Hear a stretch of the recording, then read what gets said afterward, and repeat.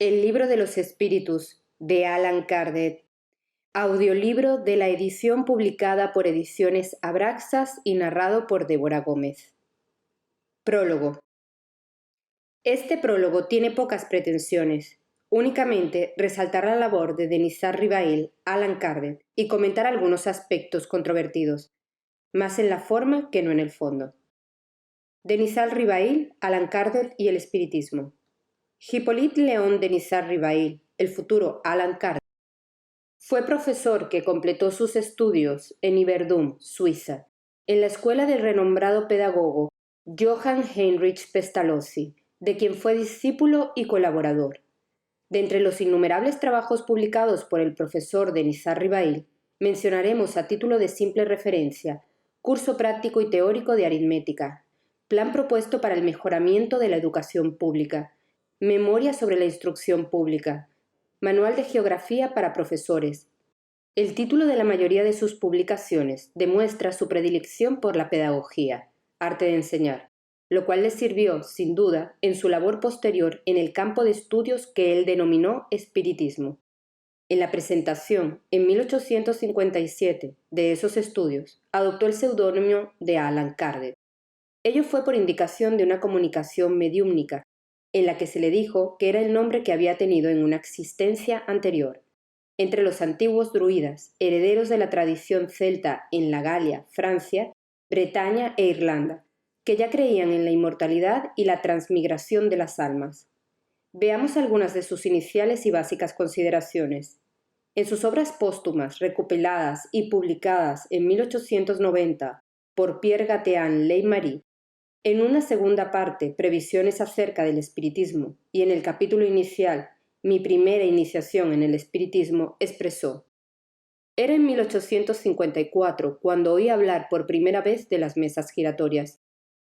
Presencié también algunos ensayos bastante imperfectos de escritura medianímica sobre una pizarra con ayuda de una cestita. Apliqué a esta nueva ciencia, como había hecho con toda otra, el método de la experimentación. Observé atentamente, comparé, deduje las consecuencias, de los efectos quise remontarme a las causas por la deducción y el encadenamiento lógico de los hechos. Uno de los primeros resultados de mis observaciones fue el darme cuenta de que los espíritus, no siendo otros que las almas de los hombres, no poseen ni la soberana sabiduría ni la soberana ciencia, que su saber era proporcionado a su progreso y que su opinión no tenía más valor que el de una opinión personal. Esta verdad, reconocida desde el principio, me preservó del grave escollo de creer en su infiabilidad y de formular prematuras teorías sobre la palabra de uno solo o de varios de ellos. Observé que cada espíritu, en razón de su posición personal y de sus conocimientos, desenvolvía ante mí una fase. El observador ha de formar opinión a la vista de las impresiones o documentos recogidos aquí y allá. Ha de seleccionarlos, coordinarlos y contrastarlos unos con otros, y esto mismo fue lo que yo hice. Procedí con los espíritus como hubiera procedido con los hombres. Me sirvieron, desde el más pequeño al más grande, como medios de estudio, nunca como reveladores predestinados. De este modo, más de 10 medios me presentaron su concurso para este trabajo. Después de la comparación y de la fusión de todas las respuestas coordinadas, clasificadas y muchas veces sometidas a examen en el silencio de la meditación, fue cuando me decidí a formar la primera edición del Libro de los Espíritus, que vio la luz el día 18 de abril de 1857. Tales son las disposiciones con que empecé y continué mis estudios espiritistas: observar, comparar y juzgar desapasionadamente todos los hechos. Muchos son los espiritistas que todavía no tienen en cuenta todas estas consideraciones de Kardec. Breve reseña del Libro de los Espíritus. La primera edición del Libro de los Espíritus constaba de 24 capítulos con 501 preguntas y sus correspondientes respuestas, obtenidas entre 1855 y primeros de 1857. Una introducción, unos prolegómenos y un epílogo completan la obra. La segunda y definitiva edición, en cuanto al texto, pues a partir de ella se han publicado innumerables ediciones por diversas editoriales, apareció el día 18 de marzo de 1860, muy ampliada. Constaba de 29 capítulos con 1018 párrafos, preguntas y respuestas, con múltiples comentarios y explicaciones de Alan Kardec.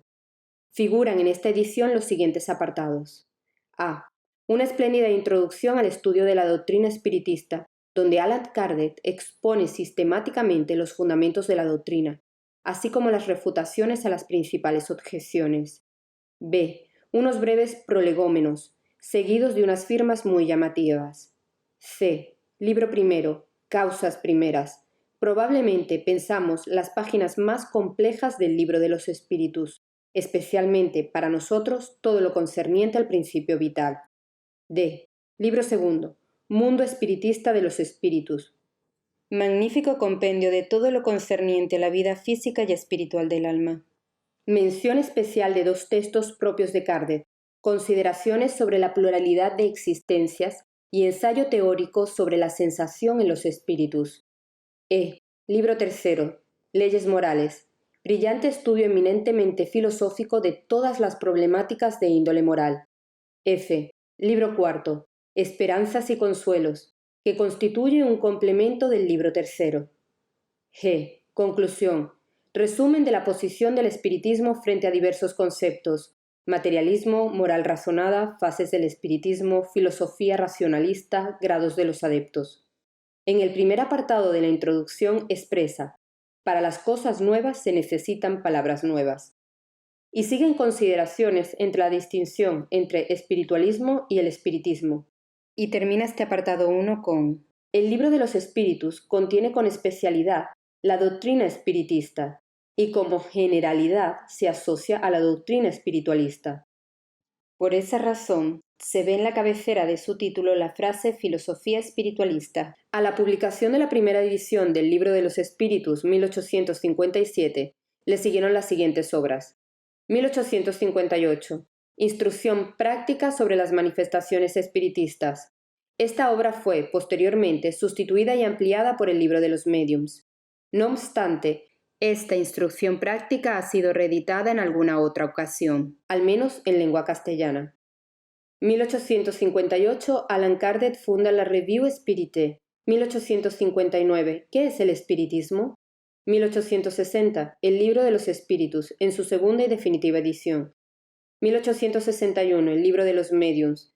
1862, el Viaje espiritista en 1862. Obra que recoge la divulgación de Kardec en su recorrido por Lyon, Burdeos y alguna otra localidad. 1865, El cielo y el infierno, o la justicia divina según el espiritismo. 1868, la Génesis, los milagros y las predicciones según el espiritismo. 1890, obras póstumas, recopiladas por Pierre Gaëtan Leymarie. Y en fin, alguno que otro opúsculo, tal como el espiritismo en su más simple expresión. Precisiones.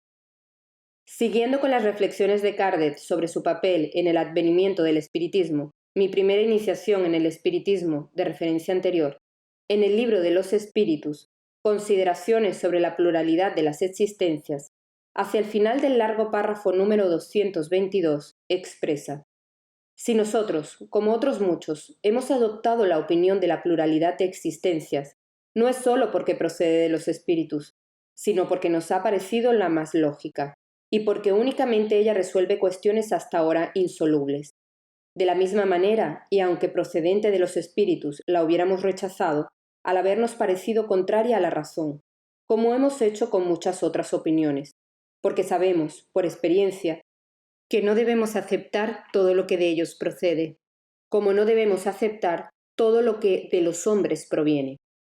En su última obra, La Génesis, los milagros y las predicciones, capítulo 1, Carácter de la revelación espiritista, párrafo 45, nota 1, Kardec insiste: nuestro papel personal en el gran movimiento de las ideas que se prepara por el espiritismo y que ya principia a operarse es el de un observador atento que estudia los hechos para investigar su causa y sacar de ella las consecuencias.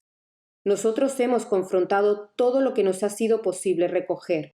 Hemos comparado y comentado las instrucciones dadas por los espíritus en diversos puntos del globo, y después coordinado todo metódicamente. En una palabra, hemos estudiado y dado al público el fruto de nuestras investigaciones, sin que atribuyamos a nuestro trabajo otro valor que el de una obra filosófica deducida de la observación y la experiencia, y sin habernos llamado nunca jefe de doctrina, ni haber querido imponer nuestras ideas a nadie. Publicándolas, hemos hecho uso de un derecho común, y los que la han aceptado lo han hecho libremente. En todo esto hemos hecho también nosotros lo que otros hubieran podido hacer también, por lo que jamás hemos tenido la pretensión de creernos un profeta o Mesías, y aún menos de presentarnos como tal. En suma, el espiritismo no es un dogma religioso a creer, como personas mal informadas pueden presentar, sino una filosofía espiritualista, a estudiar y analizar. Definiciones. ¿Qué es el espiritismo? Al final del preámbulo Kardec expresa: el espiritismo es a la vez una ciencia de observación y una doctrina filosófica. Como práctica consiste en las relaciones que pueden establecerse con los espíritus. Como doctrina filosófica comprende todas las consecuencias morales que se desprenden de semejantes relaciones. Podemos definirlo así: el espiritismo es la ciencia que trata de la naturaleza, origen y destino de los espíritus, y de sus relaciones con el mundo corporal. En obras póstumas, artículo Breve contestación a los detractores del espiritismo, Kardec expresa y define: el espiritismo es una doctrina filosófica que tiene consecuencias religiosas como toda la filosofía espiritualista, y por este motivo toca forzosamente las bases fundamentales de todas las religiones: Dios, el alma y la vida futura. Pero no es una religión constituida, dado que no tiene culto, rito ni templo, y que entre sus adeptos ninguno ha tomado ni recibido título de sacerdote o sumo sacerdote. Estas clasificaciones son pura invención de la crítica. Se es espiritualista por el solo hecho de simpatizar con los principios de la doctrina y conformar a ella la conducta. El espiritismo proclama la libertad de conciencia como un derecho natural. De la libertad de conciencia se desprende el derecho del libre examen en materia de fe. El espiritismo combate el principio de la fe ciega, pues ésta exige del hombre la abdicación de su propio juicio, y dice que toda fe impuesta carece de raíz. El espiritismo, marchando con el progreso, nunca será desbordado ni quedará rezagado, porque si nuevos descubrimientos le demostraran que está en el error de un punto dado, se modificará en este punto, y si una nueva verdad se revelara, la aceptaría. Y León Denis, el más inmediato discípulo de Kardec, escribió: la doctrina de Allan Kardec, nacida, nunca se insistirá bastante, de la observación metódica y de la experiencia rigurosa, no puede considerarse como un sistema definido, inmutable, fuera y por encima de las conquistas de la ciencia, resultado combinado de los conocimientos de dos mundos, el mundo espiritual y el mundo material, de dos humanidades que se compenetran la una a la otra, pero que son ambas imperfectas y que ambas caminan hacia la verdad y hacia lo desconocido. La doctrina de los espíritus se transforma sin cesar por el trabajo y el progreso, y aunque superior a todos los sistemas y a todas las filosofías del pasado, permanece abierta a las rectificaciones, a los esclarecimientos del porvenir. El lenguaje de Kardec. A la vista de algunas expresiones contenidas en el libro de los espíritus, es conveniente realizar algunas consideraciones para trascender la forma de dichas expresiones y penetrar en el verdadero fondo de las cuestiones. Dios. No queremos dejar de señalar que en las obras de Kardec se constata un lenguaje antropomórfico con relación a Dios, más propio de las religiones. Así lo reflejan gran número de expresiones de Kardec o las respuestas dadas por los espíritus, tales como Dios permite, Dios quiere, Dios prohíbe, Dios bendice, Dios se ofende. Tal lenguaje, entre otras consideraciones, ha dado pie, sin duda, a que adeptos del espiritismo y sobre todo sus adversarios lo consideren una religión, contra las propias definiciones explícitas de Kardec, según hemos visto, entre ellas la de que el espiritismo combate el principio de la fe ciega, que es una de las características de las religiones. No dudamos ni por un momento del superior concepto del Dios impersonal que tenía Kardec. Por ello entendemos que las expresiones antropomórficas son relativas, como forma de lenguaje asequible a una mayoría, con su entorno de circunstancias de tiempo y lugar. En contraposición a ese lenguaje antropomórfico usado en ocasiones por Kardec, nos referiremos a la primera pregunta formulada en el libro de los espíritus. ¿Qué sé que Dieu? Es decir, ¿qué es Dios? Y no, ¿Quién es Dios? Como hemos visto traducido en diferentes ediciones. Según nuestro conocimiento, es en el año 1970 cuando se traduce correctamente esta pregunta número 1 del Libro de los Espíritus. Hay algunos textos en el Libro de los Espíritus que pueden confundir a los lectores recién llegados al espiritismo. En aquellos se plasma una aparente realidad universal, consistente en adjudicar a los espíritus desencarnados unos amplios conocimientos, una libertad de movimientos y de decisiones, contradichos por lo observado en muchísimas manifestaciones de ultratumba. Posiblemente la clave esté en que Kardec, en bastantes ocasiones, toma como ejemplo de la situación vivida en el más allá a espíritus con una cierta evolución. Veamos algunos ejemplos. El Libro de los Espíritus, número 89. ¿Emplean los espíritus algún tiempo en cruzar el espacio? Sí, pero rápido como el pensamiento. Indudablemente los espíritus superiores se desplazarán sin ninguna dificultad y de manera prácticamente instantánea. Sin embargo, y a causa de su densidad periespiritual, los espíritus ignorantes o inferiores se desplazarán al mismo ritmo que cuando estaban encarnados. Y lo sabrá que ni siquiera se desplazan, sino que están prisioneros de sus propias formaciones mentales y recuerdos. El Libro de los Espíritus, número 258. En estado errante y antes de tomar una nueva existencia corporal, ¿tiene el espíritu conciencia y previsión de lo que le sucederá durante la vida? Elige por sí mismo el género de pruebas que quiere sufrir, y en esto consiste su libre albedrío. Este texto se matiza perfectamente en el número 262. Pero poco a poco le hace Dios al espíritu dueño de elegir a medida que se desarrolla su libre albedrío. Seguramente son los espíritus superiores los que diseñan los aspectos principales de las futuras vidas de gran parte de los moradores de este planeta. La cuestión de las firmas. Al final de los prolegómenos y, diseminadas por todo el Libro de los Espíritus, hay firmas de gran renombre: San Juan Evangelista, San Agustín, San Vicente de Paúl, San Luis, el Espíritu de Verdad, Sócrates, Platón, Fenelón, Swedenborg. Allan Kardec tenía perfectamente clara la preponderancia del mensaje sobre cualquier firma. Así podemos leer en el Libro de los Medios.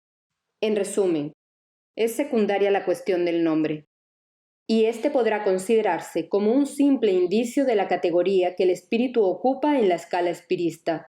Y también, ¿en qué es el espiritismo? Capítulo 2, número 94.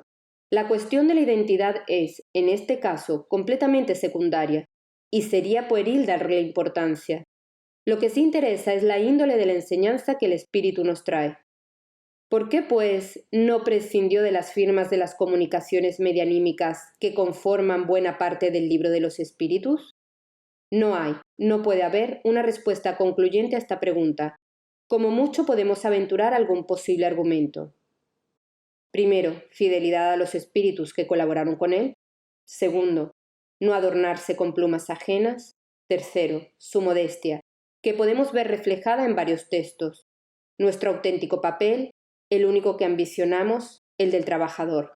La Génesis, capítulo 1, número 55, nota. Y también, nuestro papel personal es el del observador atento que estudia los hechos para encontrar la causa y sacar conclusiones. Idem, número 45, nota. Ausencia de notas.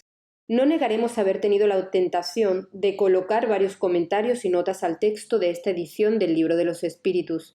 Seguramente habrían sido demasiadas, y ello podría parecer una especie de texto complementario o alternativo. Nada más lejos de nuestro pensamiento. Nuestro respeto por Denisard Rivail, Allan Kardec, es profundísimo, y para no menoscabar en lo más mínimo, hemos preferido exponer nuestro parecer general en este prólogo, dejando a cada cual la labor personal del discernir el fondo del pensamiento de Kardec, separándolo de algunos problemas de forma. Corolario. El corolario sería una sencilla frase que resume, pensamos, la esencia del espiritismo. El espiritismo no impone creencias, sino que invita al estudio. Centre Barcelonés de Cultura Espirista, Barcelona, España, julio del 2000. El Libro de los Espíritus contiene los principios de la doctrina espiritista, sobre la inmortalidad del alma, la naturaleza de los espíritus y sus relaciones con los hombres, las leyes morales, la vida presente, la vida futura y el porvenir de la humanidad, según la enseñanza dada por los espíritus superiores con la ayuda de diferentes medios, recopiladas y puestas en orden por Allan Kardec. Nota a la segunda edición, 1860. En la primera edición de esta obra ofrecimos una parte suplementaria que había de comprender todas las cuestiones que no hubieran podido tener cabida en aquella, o qué circunstancias ulteriores y nuevos estudios hubieran originado. Pero como todas ellas se relacionan con algunos de los asuntos ya tratados y constituyen su desenvolvimiento, su publicación aislada hubiera carecido de toda hilación. Hemos preferido, pues, aguardar la reimpresión del libro para fundirlo todo en un solo conjunto, y la hemos aprovechado también para introducir en la distribución de materias un orden mucho más metódico, eliminando al mismo tiempo lo que repetidamente se dirigía a un mismo fin. Esta reimpresión puede, pues, ser considerada como una obra nueva, aunque ningún cambio hayan experimentado los principios, fuera de un muy corto número de excepciones, que son más bien aclaración y complemento que verdades modificadas. Esta conformidad en los principios emitidos, a pesar de la diversidad de orígenes que nos los han suministrado, es un hecho importante en la constitución de la ciencia espiritista. En nuestra correspondencia consta que, en diversas localidades, se han obtenido comunicaciones perfectamente idénticas, sino en la forma, en el fondo, por lo menos. Hechos realizados antes de haberse publicado nuestro libro, que han venido únicamente a confirmarlas y a reunirlas en un cuerpo sistemático. La historia prueba, a su vez, que la mayor parte de aquellos principios han sido profesados por los hombres más eminentes de los tiempos antiguos y modernos, viniendo de esta manera a presentarles su sanción. La enseñanza relativa a las manifestaciones propiamente dichas y a los médiums constituye, hasta cierto punto, una parte distinta de la filosofía, parte que puede ser objeto de un estudio especial, habiendo alcanzado muy considerable desarrollo con motivo de la experiencia adquirida. Hemos creído deber nuestro formar de ella un volumen distinto, que contendrá las respuestas dadas a todas las preguntas relativas a las manifestaciones y a los médiums, y también numerosas observaciones sobre el espiritismo práctico. La obra de que hablamos será la continuación o complemento del Libro de los Espíritus. Introducción al estudio de la doctrina espiritista. Para las cosas nuevas se necesitan nuevas palabras. Así lo requiere la claridad en el lenguaje, con el fin de evitar la confusión inseparable del sentido múltiple dado a los mismos términos. Las palabras espiritual, espiritualista y espiritualismo tienen una acepción bien caracterizada, y darles otra nueva para aplicarlas a la doctrina de los espíritus equivaldría a multiplicar las causas de anfibología, ya numerosas. En efecto, el espiritualismo es el término opuesto al materialismo, y todo el que cree que tiene en sí mismo algo más que materia es espiritualista. Pero no se sigue de aquí que crea en la existencia de los espíritus o en sus comunicaciones con el mundo visible. En vez de las palabras espiritualista y espiritualismo, emplearemos para designar esta última creencia las de espiritista y espiritismo, cuya forma recuerda su origen y su significación radical, teniendo por lo mismo la ventaja de ser perfectamente inteligibles. Y le reservamos a la palabra espiritualismo la acepción que le es propia. Diremos, pues, que la doctrina espiritista o el espiritismo tiene como principios las relaciones del mundo material con los espíritus, o seres del mundo invisible. Los adeptos del espiritismo serán los espíritas o los espiritistas, si se quiere. El libro de los espíritus contiene, como especialidad, la doctrina espiritista, y como generalidad se asocia a la doctrina espiritualista, ofreciendo una de sus fases. Por esta razón se ve en la cabecera de su título la frase filosofía espiritualista. Existe otra palabra sobre la cual es igualmente importante que nos entendamos, porque es una de las llaves maestras de toda doctrina moral y porque es causa de numerosas controversias por carecer de una acepción bien deslindada. Tal es la palabra alma. La divergencia de opiniones acerca de la naturaleza del alma procede de la aplicación particular que de esta palabra hace cada cual. un idioma perfecto en el que cada idea estuviese representada por una palabra peculiar, evitaría muchas discusiones, y con un término para cada cosa. Todos nos entenderíamos. Según unos, el alma es el principio de la vida material orgánica. No tiene existencia propia y cesa cuando la vida cesa. Así piensa el materialismo puro. En este sentido, y por comparación, dicen los materialistas que no tiene alma el instrumento que, por estar rajado, no suena. En esta hipótesis, el alma es efecto y no causa. Otros creen que el alma es el principio de la inteligencia, agente universal del que cada ser absorbe una parte. Según estos, todo el universo no tiene más que una sola alma que distribuye partículas a los diversos seres inteligentes durante la vida, volviendo después de la muerte cada partícula al origen común donde se confunde con el todo, como los arroyos y ríos vuelven al mar de donde salieron. Difiere esta opinión de la precedente en que, en la hipótesis que nos ocupa, existe en nosotros algo más que materia y algo subsiste después de la muerte. Pero casi es como si nada sobreviviese, porque, desapareciendo la individualidad, no tendríamos conciencia de nosotros mismos. Siguiendo esta opinión, el alma universal sería Dios, y todo ser una parte de la divinidad. Semejante sistema es una de las variaciones del panteísmo. Según otros, en fin, el alma es un ser moral, distinto, independiente de la materia y que conserva su individualidad después de la muerte. Esta acepción es, sin contradicción, la más general, porque, con uno u otro nombre, la idea de este ser que sobrevive al cuerpo se encuentra en estado de creencia instintiva e independiente de toda enseñanza, en todos los pueblos, cualquiera que sea su grado de civilización. Esta doctrina, según la cual el alma es causa y no efecto, es la de los espiritualistas. Sin discutir el mérito de estas opiniones y concretándonos únicamente a la cuestión lingüística, diremos que estas tres aplicaciones de la palabra alma constituyen tres distintas ideas, para cada una de las cuales sería necesario un término especial. La palabra que nos ocupa tiene, pues, una triple acepción, y los partidarios de los citados sistemas tienen razón en las definiciones que dan de ella, atendido el punto de vista en que se colocan. La culpa de la confusión es del lenguaje que solo tiene una palabra para tres ideas distintas. Para evitar las anfibologías, preciso sería concretar la palabra alma a una sola de las tres indicadas ideas. Y siendo la cuestión principal la de que nos entendamos perfectamente, la elección es indiferente, dado que este es punto de mera convención. Creemos que lo más lógico es tomarla en su acepción más vulgar, y por este motivo llamamos alma al ser inmaterial e individual que reside en nosotros y sobrevive al cuerpo. Aunque este ser no existiera, aunque fuese producto de la imaginación, no sería menos necesario un término que lo representara. En efecto, de una palabra especial para cada una de las otras dos acepciones, llamamos principio vital al principio de la vida material y orgánica, cualquiera que sea su origen, principio común a todos los seres vivientes, desde las plantas hasta el hombre.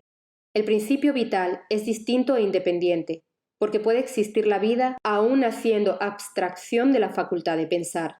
La palabra vitalidad no respondería a la misma idea. Para unos el principio vital es una propiedad de la materia, un efecto que se produce desde que la materia se encuentra en ciertas circunstancias determinadas. Para otros, y esta es la idea más vulgar, reside en un fluido especial, universalmente esparcido y del cual absorbe y se asimila cada ser una parte durante la vida, como, según vemos, absorben la luz los cuerpos inertes. Sería este el fluido vital que, admitiendo ciertas opiniones, es el mismo fluido eléctrico animalizado, designado también con los nombres del fluido magnético, fluido nervioso, etc. Como quiera que sea, existe un hecho indiscutible porque resulta de la observación, y es que los seres orgánicos tienen en sí mismos una fuerza íntima que produce el fenómeno de la vida, mientras existe aquella, que la vida material es común a todos los seres orgánicos, y que es independiente de la inteligencia y del pensamiento, que éste y aquella son facultades propias de ciertas especies orgánicas, y en fin, que entre las especies orgánicas dotadas de inteligencia y de pensamiento, existe una que lo está de un sentido moral especial que la constituye en una superioridad incuestionable respecto de las otras. Esta es la especie humana. Concíbase que con una acepción múltiple, el alma no excluye ni al materialismo ni al panteísmo. El mismo espiritualista puede perfectamente aceptar el alma en una u otra de las dos primeras acepciones, sin perjuicio del ser inmaterial al que dará entonces otro nombre cualquiera. Así pues, la palabra que nos viene ocupando no es representativa de una opinión determinada. Es un proteo que cada cual transforma a su antojo, y de aquí el origen de tantas y tan interminables disputas. Evitaríase igualmente la confusión empleando la palabra alma en aquellos tres casos, pero añadiéndole un calificativo que especificase el aspecto en que se la toma, o la acepción que quiere dársele. Sería entonces un vocablo genérico, que representaría simultáneamente el principio de la vida material, el de la inteligencia y el del sentido moral, y que se distinguiría por medio de un atributo, como distinguimos los gases, añadiendo a la palabra gas los calificativos hidrógeno, oxígeno o azoe. Pudiera pues decirse, y esto sería lo más acertado, el alma vital por el principio de la vida material, el alma intelectual por el principio inteligente y el alma espirista por el principio de nuestra individualidad después de la muerte. Según se ve, todo esto se reduce a una cuestión de palabras, pero cuestión de suma importancia para entendernos. Conformándonos con aquella clasificación, el alma vital sería común a todos los seres orgánicos, las plantas, los animales y los hombres, el alma intelectual propia de los animales y de los hombres, perteneciendo el alma espirista al hombre únicamente. Hemos creído deber nuestro insistir tanto más en estas explicaciones cuanto que la doctrina espirista está naturalmente basada en la existencia en nosotros mismos de un ser independiente de la materia, que sobrevive al cuerpo, debiendo repetir frecuentemente la palabra alma en el curso de esta obra. Importaba fijar el sentido que le damos para evitar así las equivocaciones. Vamos ahora al principal objeto de esta instrucción preliminar.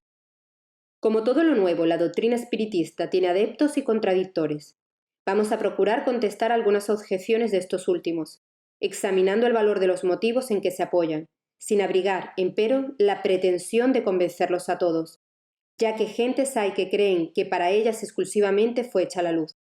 Nos dirigiremos a las personas de buena fe que no tienen ideas preconcebidas o sistemáticas, por lo menos, y que están sinceramente descosas de instruirse, a las cuales demostraremos que la mayor parte de las objeciones que se hacen a la doctrina nacen de la observación incompleta de los hechos y de un fallo dictado con harta ligereza y precipitación. Recordemos, ante todo, y en pocas palabras, la serie progresiva de los fenómenos que originaron. El primer hecho observado fue el de diversos objetos que se movían, y este se conoce vulgarmente con el nombre de mesas giratorias o danza de las mesas. Este fenómeno que, según parece, se observó primeramente en América, o que mejor dicho, se renovó en aquella comarca, puesto que la historia prueba que se remonta a la antigüedad más remota, se produjo acompañado de extrañas circunstancias, tales como ruidos inusitados y golpes sin causa ostentiblemente conocida. Desde allí se propagó con rapidez por Europa y por las otras partes del mundo, siendo, al principio, objeto de mucha incredulidad, hasta que la multiplicidad en los experimentos nos permitió que se dudase de su realidad. Si este fenómeno se hubiera limitado al movimiento de objetos materiales, podríase explicar con una causa puramente física. Lejos estamos de conocer todos los agentes ocultos de la naturaleza, ni las propiedades todas de los que nos son conocidas. La electricidad, por otra parte, multiplica cada día los recursos con que brinda al hombre, y parece llamada a derramar nueva luz sobre la ciencia. No era, pues, nada imposible que la electricidad, modificada por ciertas circunstancias o por otro agente cualquiera, fuese causa de aquel movimiento. El aumento de la potencia de la acción, que resultaba siempre de la reunión de muchas personas, parecía venir en apoyo de esta teoría, porque podía considerarse el conjunto de individuos como una pila múltiple, cuya potencia estuviera en razón del número de elementos. Nada de particular tenía el movimiento circular, porque siendo natural y moviéndose circularmente todos los astros, podría ser aquel un ligero reflejo del movimiento general del universo, o, por decirlo mejor, una causa, hasta entonces desconocida, podía imprimir accidentalmente a los objetos pequeños, en circunstancias dadas, una corriente análoga a la que arrastra los mundos. Pero no siempre era circular el movimiento, sino que a veces se verificaba sacudidas y desordenadamente. El mueble era sacudido con violencia, derribado, arrastrado hacia una dirección cualquiera, y, en oposición a todas las leyes de la estática, levantado del suelo y sostenido en el espacio. Hasta aquí nada existe en tales hechos que no pueda explicarse por la potencia de un agente físico invisible. ¿Acaso no vemos que la electricidad derriba edificios, desarraiga árboles, lanza a distancia a los cuerpos más pesados, los atrae y los repele? Los ruidos inusitados y los golpes, en el supuesto de que no fuesen efectos ordinarios de la dilatación de la madera o de otra causa accidental, podían muy bien ser producidos por la acumulación del fluido oculto. ¿Por ventura no produce la electricidad los ruidos más violentos? Hasta aquí, todo, como se ve, puede caber en el dominio de hechos puramente físicos y fisiológicos. Sin salir de este orden de ideas, era este fenómeno materia de estudios graves y dignos de llamar la atención de los sabios. ¿Por qué no sucedió así? Sensible es tener que decirlo, pero procede este hecho de causas que prueban, entre mil acontecimientos semejantes, la ligereza del espíritu humano. Ante todo, ¿no es acaso extraño a esto la vulgaridad del objeto principal que ha servido de base a los primeros experimentos? ¿Cuán grande no ha sido frecuentemente la influencia de una palabra en los más graves asuntos? Sin considerar que el movimiento pudiera haber sido impreso a cualquier objeto, prevaleció la idea de las mesas, sin duda porque era el más cómodo, y porque más naturalmente que al de otro mueble nos sentamos alrededor de una mesa. Pues bien, los hombres eminentes son tan pueriles a veces que nada imposible sería que ciertos genios de nota hayan creído indigno de ellos ocuparse en lo que se convino en llamar danza de las mesas. Es probable que si el fenómeno observado por Galvani lo hubiese sido por hombres vulgares y designado con un nombre burlesco, estaría aún relegado al olvido juntamente con la varita mágica. ¿Cuál es, en efecto, el sabio que no hubiera creído rebajarse ocupándose en la danza de las ranas? Algunos, sin embargo, bastante modestos para convenir en que la naturaleza puede no haber dicho su última palabra, lo han querido ver para tranquilidad de su conciencia. Pero ha sucedido que no siempre ha correspondido el fenómeno a sus esperanzas, y porque no se ha producido constantemente a gusto de su voluntad y conforme a su manera de experimentar, se han pronunciado por la negativa. A pesar de su fallo, las mesas, ya que de mesas se trata, continúan girando, de modo que podemos decir con Galileo, y con todo, se mueven. Diremos más aún, y es que los hechos se han repetido de una manera tal que han adquirido ya derecho de ciudadanía, no tratándose actualmente más que de hallarles una explicación racional. ¿Puede aducirse algo en contra de la realidad del fenómeno porque no se produce siempre de un modo idéntico conforme con la voluntad y exigencias del observador? ¿Acaso los fenómenos eléctricos y químicos no están subordinados a ciertas condiciones? ¿Y hemos de negarlos porque no se producen fuera de ellas? Hay, pues, algo de sorprendente en que el fenómeno del movimiento de los objetos por medio del fluido humano tenga también sus condiciones de existencia y en que cese de producirse cuando el observador, situándose en su punto de vista peculiar, pretende hacerlo caminar a merced de su capricho o reducirlo a las leyes de los fenómenos conocidos, sin considerar que para nuevos hechos puede y debe haber leyes nuevas. Para conocerlas, es preciso estudiar las circunstancias en que se producen los hechos, y este estudio ha de ser fruto de una observación continuada, atenta y muy larga a veces. Pero, objetan ciertas personas, la superchería es evidente con frecuencia. Ante todo les preguntamos si están bien seguras de que exista superchería y si no han tomado, por tal, efectos de los que no podían darse cuenta. Poco más o menos como aquel aldeano que creía que un profesor de física, a quien veía experimentar, era un hábil escamoteador. Pero suponiendo que así hubiese sucedido alguna vez, ¿sería la razón para negar el hecho? ¿Hemos de negar la física porque hay desprestigiadores que se apropian el título de físicos? Preciso es, por otra parte, tener presente el carácter de las personas y el interés que puedan tener en engañar. ¿Será todo ello una broma? Podemos chancear un momento, pero una chanza indefinidamente prolongada sería tan fastidiosa para el mistificador como para el mistificado. Además de que en una mistificación que se propaga de un extremo a otro del mundo y entre las personas más graves, honradas e ilustradas, habría de haber algo, por lo menos, tan extraordinario como el mismo fenómeno. Si los fenómenos que nos ocupan se hubiesen limitado al movimiento de objetos, hubieran caído, según tenemos dicho, en los límites de las ciencias físicas. Pero no ha sido así, y les estaba reservado conducirnos a hechos de un extraño orden.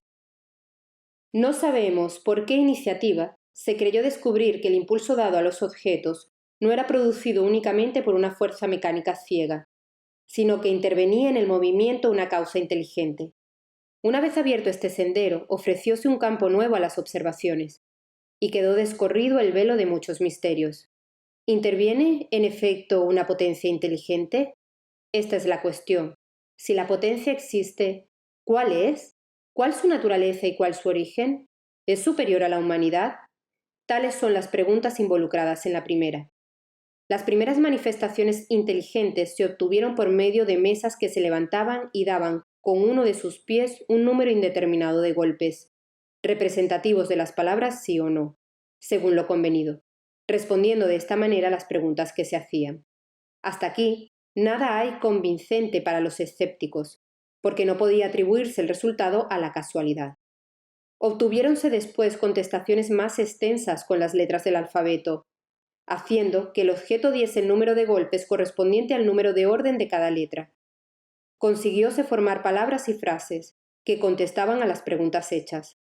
La exactitud de las respuestas y su correlación con las preguntas excitaron la admiración. Preguntando acerca de su naturaleza, el ser misterioso, que de tal manera respondía, contestó que era un espíritu o genio. Dijo su nombre y dio diversos pormenores acerca de sí mismo. Esta es una circunstancia muy digna de notarse. Nadie ideó los espíritus como medio de explicar los fenómenos, sino que éste mismo reveló la palabra. En las ciencias exactas se sientan hipótesis, con frecuencia para tener una base de razonamiento. Pero no es este el caso. El indicado medio de correspondencia era incómodo y tardío. El espíritu, y es también digna de notarse semejante circunstancia, indicó otro. Uno de estos seres invisibles fue quien aconsejó que se adaptase un lápiz a una cestita u a otro objeto. La cestita, colocada sobre una hoja de papel, es movida por el mismo poder oculto que mueve las mesas. Pero, en vez de seguir un simple movimiento irregular, el lápiz traza por sí mismo caracteres que forman palabras, frases y discursos enteros de muchas páginas, tratando las más elevadas cuestiones de filosofía, de moral, de metafísica, de psicología, etc. Todo lo cual se verifica con la misma rapidez que si escribiéramos con la mano. El conjunto fue dado simultáneamente en América, en Francia y en diversas comarcas. He aquí los términos en que fue dado a París, el 10 de junio de 1853, a uno de los más fervientes adeptos de la doctrina, que desde muchos años, desde 1849, se ocupaba en evocar a los espíritus. Ve a la habitación contigua, toma la cestita, átale un lápiz, colócalo sobre el papel y pon después los dedos en los bordes. Transcurridos algunos instantes, se puso la cestita en movimiento, y escribió el lápiz de un modo muy legible esta frase: «Os prohíbo expresamente que digáis a nadie lo que os he dicho. Cuando vuelva a escribir, escribiré mejor». No siendo más que un instrumento el objeto a que se adapta el lápiz, su naturaleza y su forma son de todo punto indiferentes. Se ha procurado buscar únicamente la comodidad, y así es que muchas personas emplean una tablita. La cestita o tablita solo es puesta en movimiento por la influencia de ciertas personas dotadas, bajo este aspecto, de un poder especial. Personas que han sido designadas con el nombre de médiums, es decir, medio o intermediarios entre los espíritus y los hombres. Las condiciones que producen este poder proceden de causas, a la vez físicas y morales, perfectamente conocidas todavía. Porque hay médiums de todas edades, de ambos sexos y en todos los grados de desenvolvimiento intelectual. Por lo demás, la facultad se desarrolla con la práctica. Se reconoció más tarde que la cestita y la tablita no eran en realidad más que un apéndice de la mano, y tomando directamente el lápiz, el médium escribió por un impulso involuntario y casi febril. Por este medio las comunicaciones fueron más rápidas, más fáciles y más completas, viniendo a ser el más empleado actualmente, tanto más cuanto que el número de personas dotadas de semejante aptitud es muy considerable y aumenta cada día. Por fin, la experiencia dio a conocer muchas otras variedades de la facultad mediadora, y se supo que las comunicaciones podían obtenerse igualmente por medio de la palabra, del oído, de la vista, del tacto, etc., y hasta por medio de la escritura directa de los espíritus, es decir, sin el concurso de la mano del médium ni el del lápiz. Obtenido el hecho, quedaba por dilucidar un punto esencial. ¿Cuál es el papel que desempeña el médium en las comunicaciones y la parte que, mecánica y moralmente, puede tomar en ellas? Dos circunstancias capitales que no pasan desapercibidas al observador atento pueden resolver la cuestión. La primera es el modo como la cestita se mueve bajo su influencia, por la sola imposición de los dedos en el borde, pues el examen demuestra la imposibilidad de imprimirle una dirección determinada. Semejante imposibilidad se hace patente cuando 2 o 3 personas operan al mismo tiempo con la misma cestita, porque precisa sería entre ellas una aveniencia de movimiento verdaderamente fenomenal, y además concordancia de pensamientos, para convenir acerca de la respuesta que han de dar a la pregunta hecha. Otra circunstancia, no menos singular, viene a aumentar la dificultad. Tal es la diferencia radical de letras según el espíritu que se manifiesta, reproduciéndose la misma siempre que se presenta un mismo espíritu. Preciso sería que el médium se hubiese dedicado a cambiar de 20 maneras diferentes su propia letra, y sobre todo que pudiese recordar la que pertenece a este o aquel espíritu. La segunda circunstancia resulta de la misma naturaleza de las contestaciones que, la mayor parte de las veces, sobre todo en cuestiones abstractas y científicas, son notoriamente superiores a los conocimientos y en otras ocasiones al alcance intelectual del médium, quien, además, no tiene conciencia ordinariamente de lo escrito bajo su influencia, y quien, con mucha frecuencia, ni siquiera oye o entiende la pregunta, puesto que puede ser hecha en un idioma desconocido para él y aún mentalmente, pudiendo ser dada la respuesta en aquel idioma. Sucede también, a menudo, que la cestita escribe espontáneamente sobre un asunto cualquiera y del todo inesperado. Estas connotaciones tienen, en cierto caso, un sello tal de sabiduría, de profundidad y de oportunidad. Revelan pensamientos tan elevados y sublimes que sólo pueden provenir de una inteligencia superior, penetrada de la más pura moralidad. Y son otras veces tan ligeras, tan frívolas y hasta tan triviales que la razón se resiste a creer que proceden del mismo origen. Esta diversidad de lenguaje no puede encontrar otra explicación que la diversidad de inteligencias que se manifiestan. ¿Semejantes inteligencias pertenecen sí o no a la humanidad? He aquí el punto que ha de dilucidarse, y cuya perfecta explicación, tal como ha sido dada por los mismos espíritus, se encontrará en esta obra. Estos son los hechos patentes que se producen fuera del círculo de nuestras habituales observaciones, no con misterio, sino a la luz del día, pudiendo todo el mundo evidenciarlos, puesto que no son solo privilegio de un solo individuo, ya que miles de personas los repiten diaria y voluntariamente. Estos efectos han de tener por fuerza una causa, y desde el momento en que revelan la acción de una inteligencia y de una voluntad se sustraen al dominio puramente físico.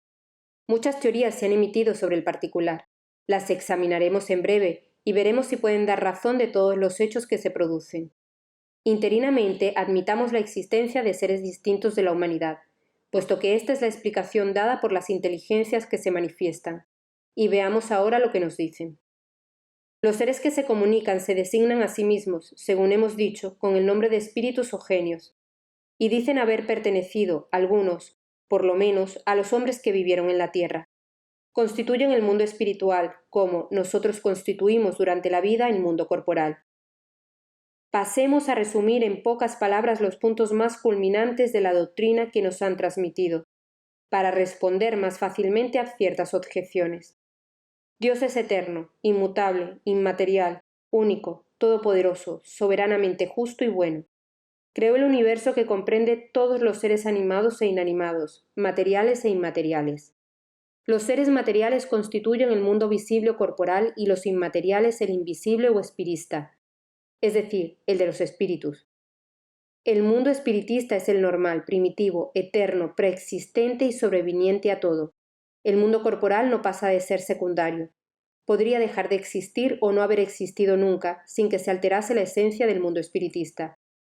Los espíritus revisten temporalmente una envoltura material perecedera, cuya destrucción, a consecuencia de la muerte, los constituye nuevamente en estado de libertad.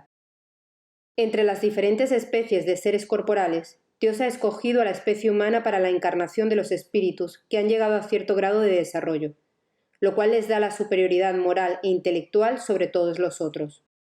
El alma es un espíritu encarnado cuyo cuerpo no es más que su envoltura. Tres cosas existen en el hombre: ¿El cuerpo o ser material análogo a los animales y animado por el mismo principio vital? ¿El alma o ser inmaterial, espíritu encarnado en el cuerpo? Y el lazo que une el alma al cuerpo, principio intermedio entre la materia y el espíritu.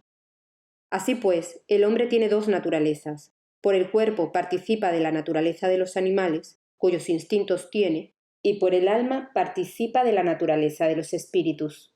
El lazo o periespíritu que une el cuerpo y el espíritu es una especie de envoltura semimaterial. La muerte es la destrucción de la envoltura más grosera, pero el espíritu conserva la segunda que le constituye un cuerpo etéreo, invisible para nosotros en estado normal y que puede hacer visible accidentalmente, y hasta tangible, como sucede en el fenómeno de las apariciones. Así pues, el espíritu no es un ser abstracto o indefinido, que solo puede concebir el pensamiento, sino un ser real y circunscrito que es apreciable en ciertos casos por los sentidos de la vista, el oído y el tacto. Los espíritus pertenecen a diferentes clases y no son iguales en poder, inteligencia, ciencia y moralidad. Los del primer orden son los espíritus superiores que se distinguen de los demás por su perfección, conocimientos, proximidad de Dios, pureza de sentimientos y amor al bien. Son los ángeles o espíritus puros. Las otras clases se alejan más y más de semejante perfección, estando lo de los grados inferiores inclinados a la mayor parte de nuestras pasiones, al odio, la envidia, los celos, el orgullo, etc., y se complacen en el mal. Entre ellos, los hay que no son ni muy buenos ni muy malos, más embrolladores y chismosos que malvados. Parecen ser patrimonio suyo la malicia y la inconsecuencia. Estos son los duendes o espíritus ligeros. Los espíritus no pertenecen perpetuamente al mismo orden, sino que todos se perfeccionan pasando por los diferentes grados de la jerarquía espiritista. Este perfeccionamiento se realiza por medio de la encarnación, impuesta como expiación a unos y como misión a otros. La vida material es una prueba que deben sufrir repetidas veces, hasta que alcanzan la perfección absoluta, una especie de tamiz o depuratorio del que salen más o menos purificados. Al abandonar el cuerpo, el alma vuelve al mundo de los espíritus, de donde había salido, para tomar una nueva existencia material, después de un espacio de tiempo más o menos prolongado, durante el cual se encuentra en estado de espíritu errante. Debiendo pasar el espíritu por varias encarnaciones, resulta que todos hemos tenido diversas existencias y que tendremos otras, perfeccionadas más o menos, ora en la tierra, ora en otros mundos. Los espíritus se encarnan siempre en la especie humana, y sería erróneo creer que el alma o espíritu pueda encarnarse en el cuerpo de un animal.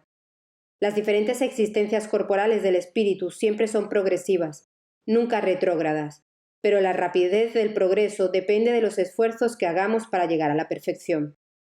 Las cualidades del alma son las mismas que las del espíritu encarnado en nosotros. De modo que el hombre de bien es encarnación de un espíritu bueno, y el hombre perverso lo es de un espíritu impuro.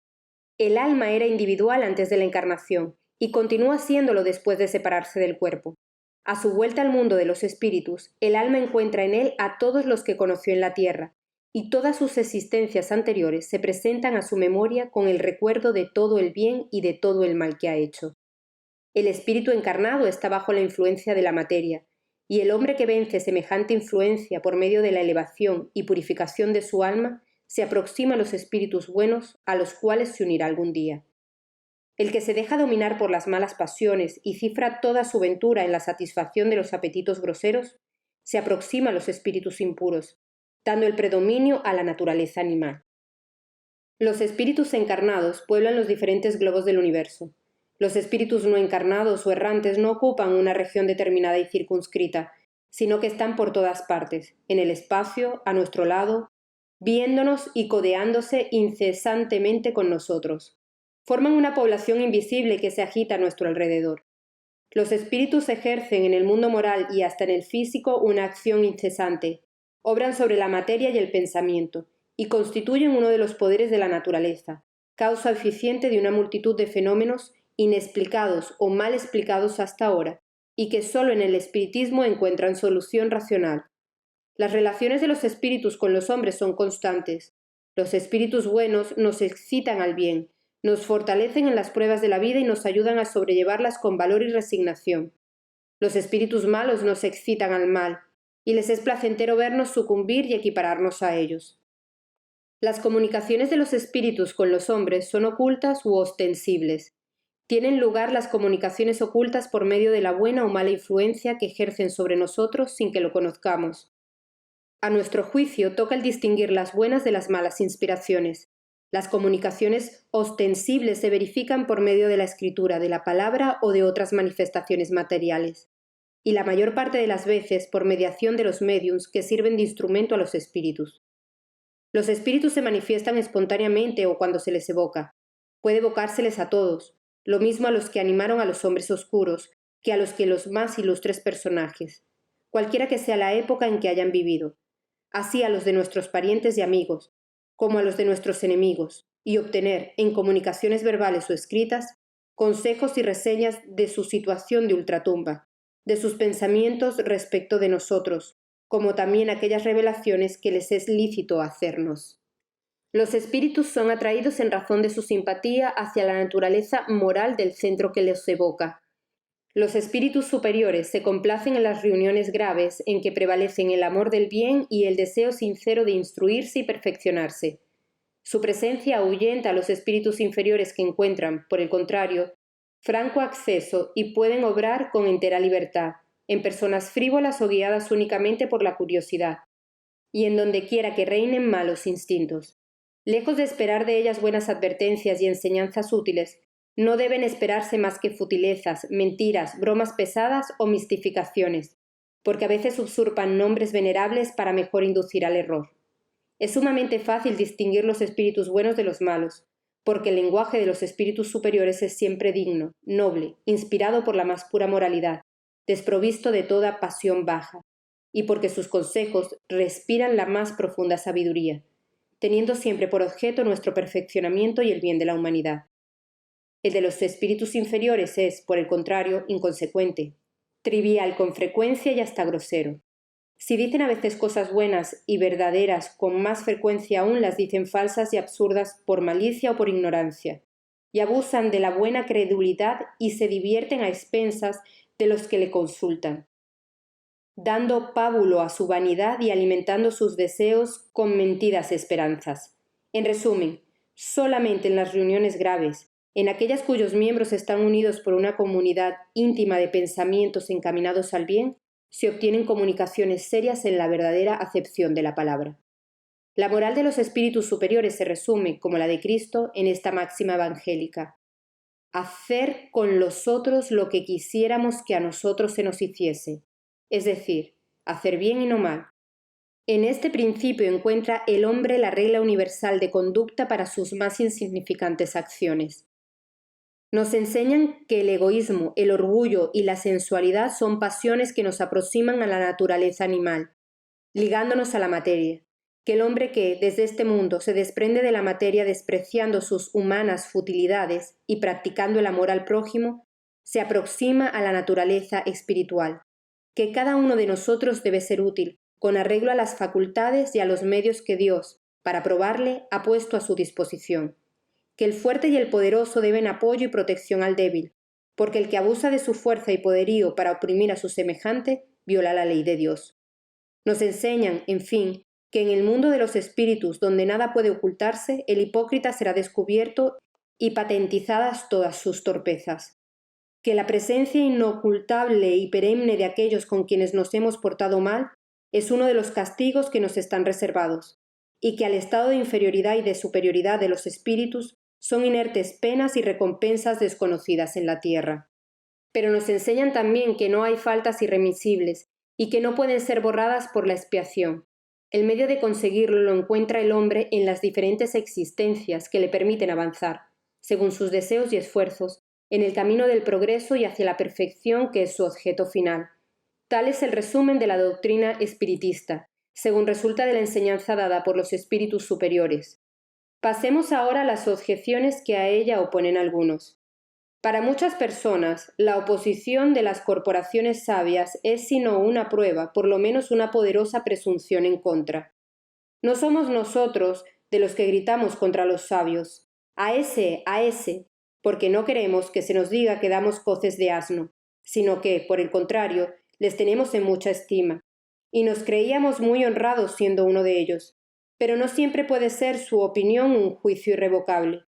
Desde que la ciencia se emancipa de la observación material de los hechos, desde que se trata de explicarlos y apreciarlos, queda el campo abierto a las conjeturas y cada cual idea un sistema que quiere hacer prevalecer y sostiene con empeño. ¿No vemos todos los días preconizadas y rechazadas alternativamente las más divergentes opiniones, combatidas hoy como absurdos errores y mañana proclamadas como incuestionables verdades? El verdadero criterio de nuestros juicios, el argumento sin réplica son los hechos, en cuyo efecto debe ser la duda la opinión de los prudentes. En las cosas notorias, la opinión de los sabios es con justo título fehaciente, porque saben más y mejor que el vulgo. Pero en puntos a principios nuevos y a cosas desconocidas, su modo de ver no pasa de ser hipotético, porque no están más exentos que los otros de preocupaciones, y hasta me aventuro a decir que en mayor número las tiene quizás el sabio, puesto que una natural propensión le arrastra a subordinarlo todo al aspecto que ha profundizado. El matemático no admite otra prueba que la demostración algebraica. El químico lo prefiere todo a la acción de los elementos. El hombre que se ha dedicado a una especialidad encadena a ella todas sus ideas, y si le sacáis de su especialidad, razona mal con frecuencia, porque todo quiere someterlo al mismo crisol. Esto es consecuencia de la humana flaqueza. Consultaré, pues, de buen grado y confiadamente a un químico sobre una cuestión de análisis, a un físico sobre la potencia eléctrica y a un mecánico sobre la fuerza motriz.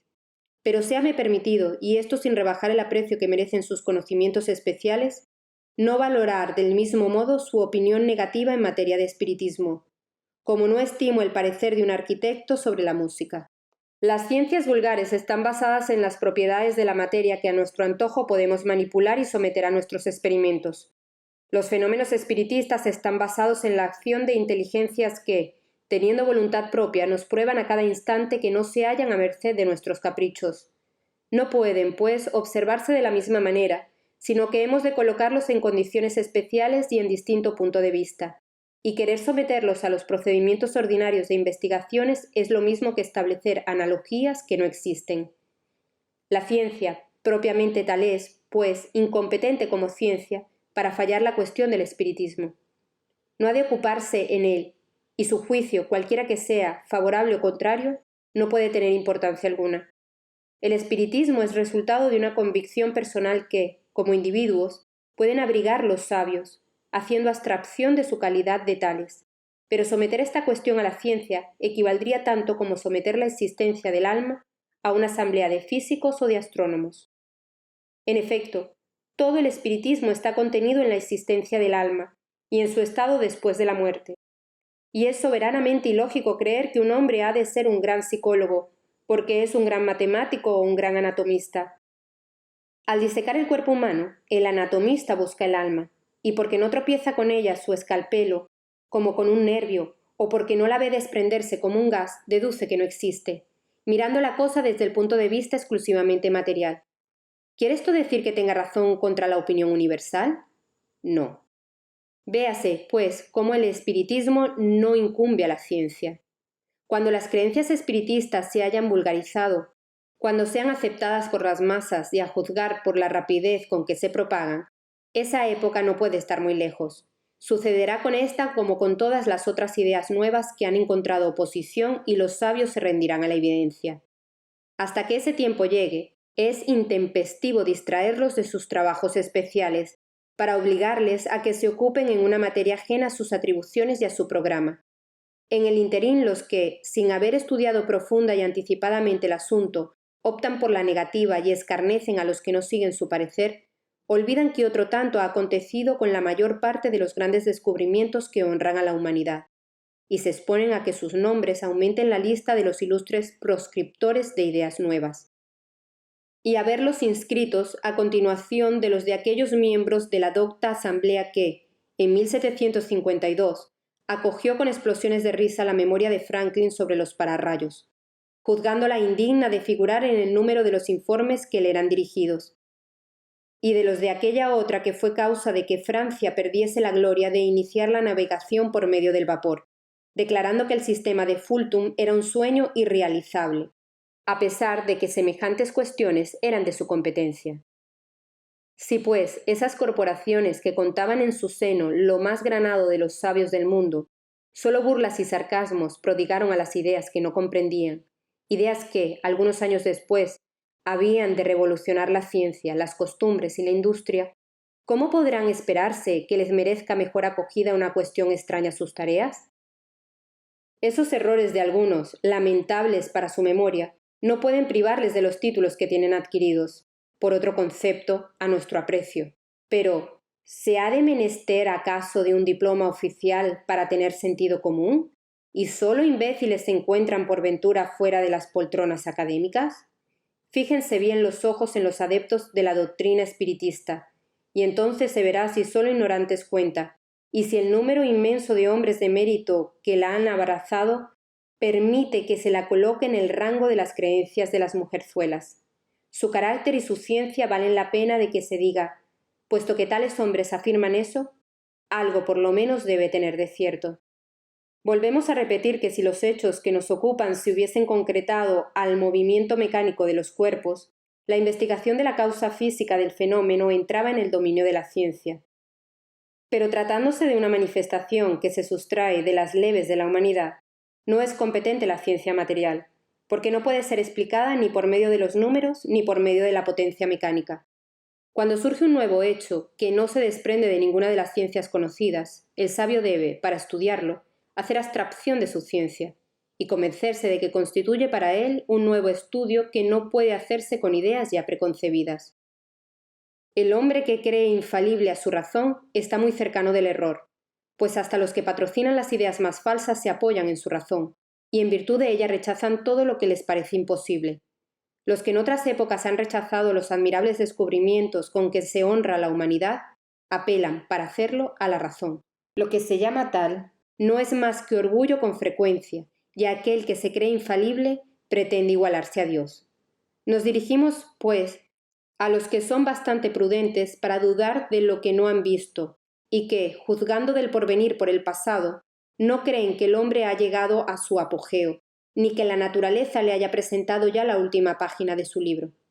Añadamos que el estudio de una doctrina, como la espiritista, que repetidamente nos conduce a un orden de cosas tan nuevo y tan dilatado, solo puede ser hecho fructíferamente por los hombres graves, perseverantes, ajenos de prevenciones y animados de la firme y sincera voluntad de obtener un resultado. No podemos dar estos calificativos a los que juzgan a priori, ligeramente y sin haberlo visto todo, no observando en sus estudios la hilación, la regularidad y reconocimientos necesarios.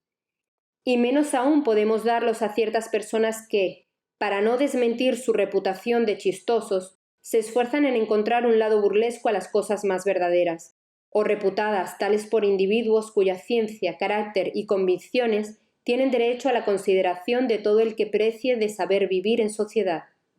Repártense, pues, aquellos que juzgan los hechos indignos de ellos y de su atención, y puesto que nadie piensa en violentar sus creencias, respeten asimismo la de los otros. Lo que caracteriza de grave a un estudio es la perseverancia en él. ¿Debe nadie admirarse de no obtener con frecuencia respuesta alguna formal a preguntas graves en sí mismas, cuando no son hechas al acaso y lanzadas a quemarropa en medio de una multitud de preguntas impertinentes? Una pregunta que, por otra parte, es a menudo compleja y requiere, para su aclaración, otras preliminares o complementarias. Todo el mundo que quiera adquirir una ciencia debe estudiarla metódicamente, empezar por el principio y proseguir el encadenamiento y desarrollo de las ideas. El que dirige al acaso a un sabio una pregunta sobre una ciencia de la que ignora los primeros rudimentos, ¿habrá adelantado algo en ella? ¿Y podrá el sabio, a pesar de su buena voluntad, darle una respuesta satisfactoria? Esta respuesta aislada será por fuerza incompleta e ininteligible con frecuencia, o podrá parecer absurda o contradictoria. Lo mismo sucede exactamente en las relaciones que establecemos con los espíritus. Si alguien quiere instruirse en su escuela, es preciso seguir un curso con ellos. Pero, como acontece entre nosotros, es necesario escoger a sus profesores y trabajar con asiduidad. Hemos dicho que los espíritus superiores no concurren a más reuniones que a las serias, y sobre todo aquellas en que reina una perfecta comunidad de pensamientos y sentimientos encaminados al bien. La ligereza y las preguntas inútiles los alejan, como alejan a las personas razonables, quedando entonces el campo libre a la turba de espíritus mentirosos y frívolos, que siempre astiban a las ocasiones de burlarse de nosotros y de divertirse a expensas nuestras. ¿Qué resultado puede dar una pregunta seria en semejante reunión? Será contestada, ¿pero por quién? Valdría tanto no hacerla, como en medio de una reunión de buen humor dejar caer estas preguntas. ¿Qué es el alma? ¿Qué la muerte? U otras lindezas por el estilo. Si queréis respuestas serias, sed serios en toda la acepción de la palabra y colocaos en las condiciones indispensables, que sólo entonces obtendréis comunicaciones notables. Sed de lo más laboriosos y perseverantes en vuestros estudios, sin lo cual os abandonarán los espíritus superiores, como hace el profesor con los discípulos desaplicados. Siendo un hecho demostrado el movimiento de los objetos, la cuestión se reduce a saber si es o no una manifestación inteligente, y en caso afirmativo, cuál es el origen de esa manifestación. No hablamos del movimiento inteligente de ciertos objetos, ni de las comunicaciones verbales, ni siquiera de las que son directamente escritas por los medios, puesto que esta clase de manifestaciones, evidentes para los que han visto y profundizado el asunto, no es a primera vista bastante independiente de la voluntad para servir de base a la convicción del observador noble. No hablaremos, pues, más que de los escritos obtenidos con la ayuda de un objeto cualquiera provisto de un lápiz, tales como una cestita, una tablita, etc., puesto que la colocación de los dedos del médium en el objeto burla, como tenemos dicho, la más consumada habilidad de participar de un modo cualquiera en el trazado de los caracteres. Pero admitamos aun que, por una destreza maravillosa, pueda burlar la vista más escudriñadora, ¿cómo podrá explicarse la naturaleza de las contestaciones cuando son superiores a todas las ideas y conocimientos del médium? Y nótese bien que no se trata de contestaciones monosilábicas, sino muy a menudo de muchas páginas, escritas con la rapidez más sorprendente, ora espontáneamente, ora sobre un asunto determinado. De la mano del médium más ignorante en literatura, brotan a veces poesías de sublimidad y pureza irreprochables, que no desaprobarían los mejores poetas humanos, y lo que más aumenta la extrañeza de semejantes hechos es que se producen en todas partes, y que los medios se multiplican hasta el infinito. ¿Son o no reales estos hechos? Solo una cosa responderemos: ved y observad, pues no os faltarán ocasiones, pero sobre todo observad a menudo, mucho y en las condiciones indispensables. ¿Qué responden a la evidencia los impugnadores? Sois, dicen, víctimas del charlatanismo o juguete de una ilusión. Diremos ante todo que, cuando no se trata de sacar provecho, es preciso prescindir de la palabra charlatanismo, ya que los charlatanes no trabajan gratis. Esto sería una mistificación a lo más. Pero ¿por qué extraña coincidencia habrán llegado esos mistificadores a ponerse de acuerdo del uno al otro extremo del mundo, a fin de obrar de la misma manera, de producir los mismos efectos y de dar sobre los mismos asuntos y en diversos idiomas respuestas idénticas, sino por las palabras, a lo menos por el sentido? ¿Cómo y con qué objetos se presentarían a semejantes artimañas personas graves, formales, honradas e instruidas? ¿Cómo explicar la paciencia y la habilidad necesarias en los niños? Porque si los mediums no son instrumentos pasivos, les son precisos habilidad y conocimientos incompatibles con ciertas edades y posiciones sociales. Dícese que si no existe superchería, todos podemos ser juguetes de una ilusión. En buena lógica siempre tiene cierta trascendencia la calidad de los testigos, y en este caso, preguntamos si la doctrina espiritista, que cuenta hoy millones de adeptos, los tiene solamente entre los ignorantes. Son tan extraordinarios los fenómenos en que se apoya que concebimos la duda, pero lo que no puede admitirse es la pretensión de ciertos incrédulos monopolizadores del sentido común, quienes, sin respecto a la posición social o valor moral de sus adversarios, tachan sin miramiento de imbéciles a todos los que no siguen su dictamen. Para toda persona sensata, la opinión de individuos ilustrados que, por largo tiempo, han visto, estudiado y meditado una cosa, será siempre, si no una prueba, por lo menos una presunción favorable, ya que han llamado la atención de hombres graves que no tienen interés en propagar un error, ni tiempo que perder en futilidades. Entre las objeciones las hay más especiosas que las examinadas, por lo menos en apariencia, porque son deducidas de la observación y hechas por personas graves. Una de ellas se apoya en el lenguaje de ciertos espíritus que no parece digno de la elevación que se supone a seres sobrenaturales. Si se recuerda el resumen que antes hemos dado de la doctrina, se verá que los mismos espíritus nos dicen que no son iguales todos ellos en conocimientos y cualidades morales, y que no debe tomarse al pie de la letra todo lo que dicen. A las personas sensatas toca distinguir lo bueno de lo malo.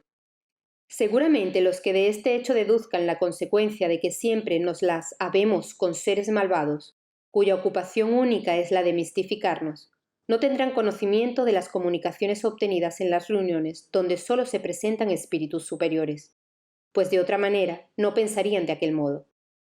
Es lamentable que la casualidad les haya hecho el flaco servicio de no dejarles ver más allá que el lado malo del mundo espiritista, porque suponemos de buen grado que una tendencia simpática no les habrá rodeado de malos espíritus, con frecuencia los buenos, de espíritus mentirosos o de aquellos cuyo lenguaje grosero irrita. Pudiera deducirse a lo más que la solidez de sus principios no es bastante poderosa para alejar el mal, y que, encontrando placentero satisfacer sobre este punto su curiosidad, aprovechan esta ocasión los malos espíritus para introducirse entre ellos, en tanto que se alejan los buenos. Juzgar por estos hechos la cuestión de los espíritus sería tan poco lógico como juzgar el carácter de un pueblo por lo que se dice y hace en las reuniones de algunos aturdidos, personas de mala reputación, a las que no concurren ni los sabios ni los hombres sensatos. Los que de aquel modo proceden se encuentran en la misma situación que aquel extranjero que, entrando en una gran capital por el más feo de sus arrabales, juzgase de todos los habitantes por el lenguaje y costumbres del arrabal en cuestión. En el mundo de los espíritus hay también una buena y una mala sociedad. Estúdiese bien lo que ocurre entre los espíritus superiores, y se llegará a la convicción de que la ciudad celeste contiene algo más que la hez del pueblo. Pero, dicen, ¿acaso vienen a nosotros los espíritus superiores? A esto contestamos, no os quedéis en el arrabal. Mirad, observad y juzgaréis. Los hechos están a disposición de todos, a menos que no se trate de aquellas personas a quienes se aplican estas palabras de Jesús. Tienen ojos y no ven, oídos y no oyen. Una variante de esta opinión consiste en no ver en las comunicaciones espiritistas y en todos los hechos materiales a que dan lugar, más que la intervención de un poder diabólico, nuevo proteo que adopta todas las formas para engañarnos mejor. No la creemos susceptible de examen serio, y por esto no nos detenemos en ella. Queda refutada con lo que acabamos de decir. Y solo añadiremos que, si fuese cierta, sería preciso convenir en que a veces el diablo es muy sabio, muy razonable y sobre todo muy moral, o bien en que también hay diablos buenos. ¿Cómo hemos de creer, en efecto, que Dios permite al espíritu del mal que se manifieste exclusivamente para perdernos, sin darnos como antídoto los consejos de los espíritus buenos? Si no lo puede hacer, es impotente, y si lo puede y no lo hace, es esto incompatible con su bondad, cuyas dos suposiciones son blasfematorias. Observad que, admitida la comunicación de los espíritus malos, se reconoce el principio de las manifestaciones, y puesto que existen, solo puede ser con permiso de Dios. ¿Cómo, pues, creer sin incurrir en la impiedad que permita el mal con exclusión del bien? Semejante doctrina es contraria a las más sencillas nociones del sentido común y de la religión. Lo raro es, se añade, que se habla únicamente de los espíritus de personajes conocidos, y se pregunta por qué solo ellos se manifiestan. Este es un error que, como otros muchos, proviene de una observación superficial. Entre los espíritus que espontáneamente se manifiestan, mayor es el número de los desconocidos para nosotros que el de los ilustres que se dan a conocer con un nombre cualquiera, y a menudo con uno alegórico o característico. Respecto de los que se evocan, a menos que no se trate de un pariente o amigo, es muy natural que nos dirijamos antes a los que conocemos que a los que nos son desconocidos, y llamando mucho la atención el nombre de los personajes ilustres que son más notorios que los otros. Encuéntrese también raro que los espíritus de hombres eminentes acudan fácilmente a la evocación y que se ocupen a veces de cosas minuciosas en comparación con las que realizaron durante su vida. Pero nada admirable es esto para los que saben que el poder o consideración de que disfrutaron en la tierra semejantes hombres no les da supremacía alguna en el mundo espiritista. Los espíritus confirman en este punto las siguientes palabras del Evangelio. Los grandes serán humillados y los pequeños ensalzados. lo cual debe entenderse del lugar que entre ellos ocupará cada uno de nosotros.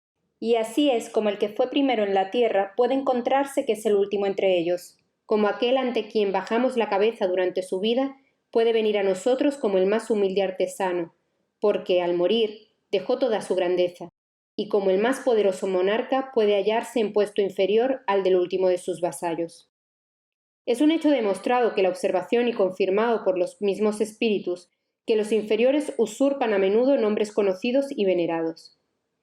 ¿Quién puede, pues, asegurarnos que los que dicen haber sido Sócrates, Julio César, Carlomagno, Fénelon, Napoleón, Washington, entre otros, han animado realmente a estos personajes? Semejante duda asalta a ciertos adeptos muy fervientes de la doctrina espiritista, que admiten la intervención y manifestación de los espíritus, pero que se preguntan cuál es la comprobación que de su identidad puede tenerse. Esta comprobación es efectivamente difícil, pero si no puede conseguirse tan auténtica como la que resulta de un acta del Estado civil, puédese obtener la presuntiva, por lo menos con arreglo a ciertos indicios.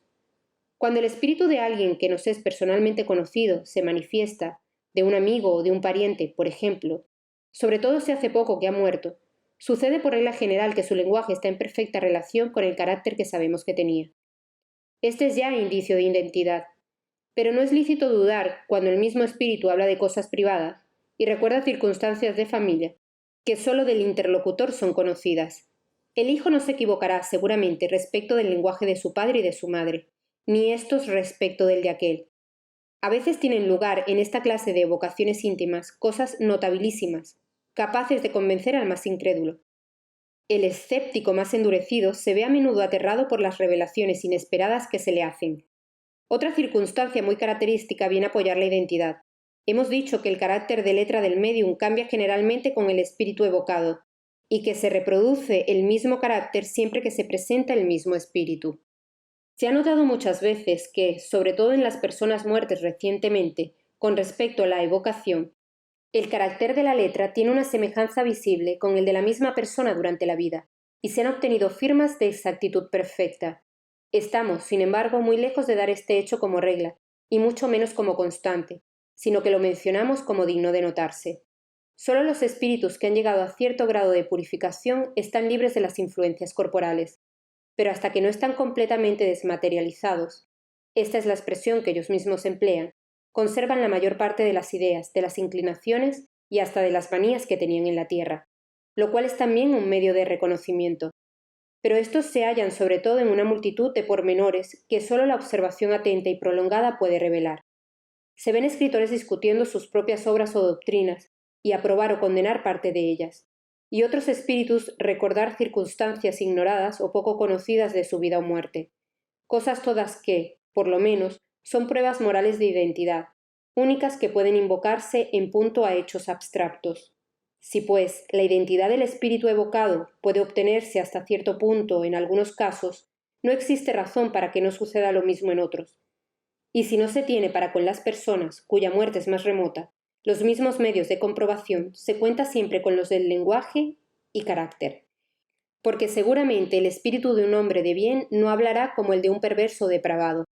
En cuanto a los espíritus que se adornan con nombres respetables, muy pronto se hacen traición por su lenguaje y por sus máximas.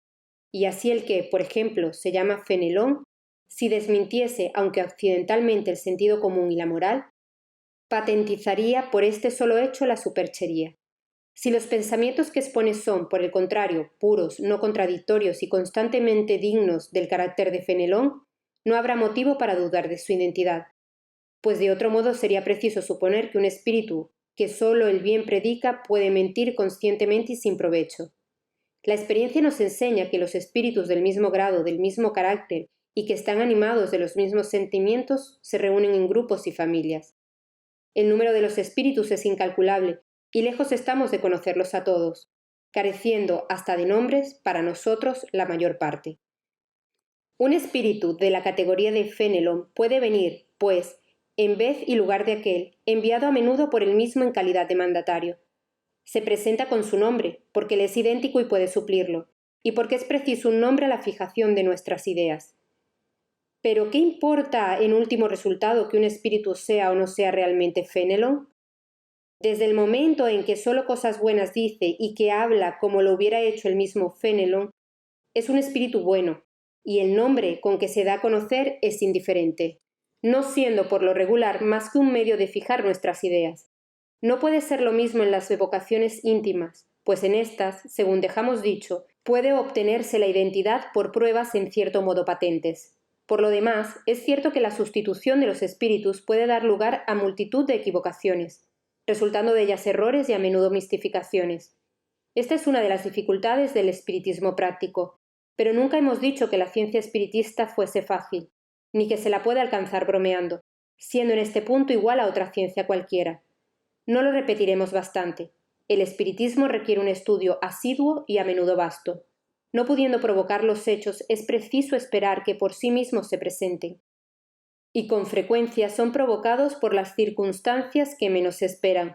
Para el observador atento y paciente abundan los hechos, porque descubre millares de matices característicos que son para él rayos luminosos. Otro tanto sucede en las ciencias vulgares, pues mientras que el hombre superficial no ve de la flor más que la forma elegante, el sabio descubre tesoros para el pensamiento. Las observaciones anteriores nos inducen a decir algunas palabras sobre otra dificultad. ¿Cuál es de la divergencia que se nota en el lenguaje de los espíritus? Siendo muy diferentes entre sí los espíritus bajo el aspecto de sus conocimientos y moralidad, es evidente que la misma cuestión puede ser resuelta de distinto modo, según el rango que ocupen aquellos. Absolutamente lo mismo que si se propusiese alternativamente a un sabio, a un ignorante o a un bromista de mal género. Según hemos dicho, lo esencial es saber a quién nos dirigimos. Pero, se añade, ¿cómo puede ser que los espíritus tenidos por superiores no estén siempre acordes? Diremos, ante todo, que independientemente de la causa que acabamos de señalar, existen otras que pueden ejercer cierta influencia en la naturaleza de las contestaciones, habiendo abstracción de la calidad de los espíritus. Este es un punto capital cuya explicación dará el estudio, y por esta razón decimos que estas materias requieren una atención sostenida, una profunda observación y, sobre todo, como en las demás ciencias humanas, continuación y perseverancia. Se necesitan años para ser un médico adocenado, las 3/4 partes de la vida para ser sabio y se querrá obtener en unas cuantas horas la ciencia del infinito. Es preciso no hacerse ilusiones. El estudio del espiritismo es inmenso, toca todas las cuestiones metafísicas y del orden social. Constituye todo un mundo abierto ante nuestra vista. ¿Y habremos de maravillarnos de que se necesite tiempo y mucho para adquirirlo? La contradicción, por otra parte, no siempre es tan real como puede parecerlo. ¿Acaso no vemos todos los días hombres que profesan la misma ciencia variar las definiciones que dan de una cosa, sea porque emplean términos diferentes, sea porque la consideran bajo otro aspecto, aunque siempre permanezca una misma la idea fundamental? Cuéntese, si es posible, las definiciones que se han dado de la gramática. Añadamos, además, que la forma de respuesta depende a menudo de la pregunta. Sería, pues, pueril ver contradicción en lo que frecuentemente no pasa de ser diferencia de palabras. Los espíritus superiores no atienden en modo alguno a la forma, siendo para ellos el todo el fondo del pensamiento. Tomemos, por ejemplo, la definición del alma.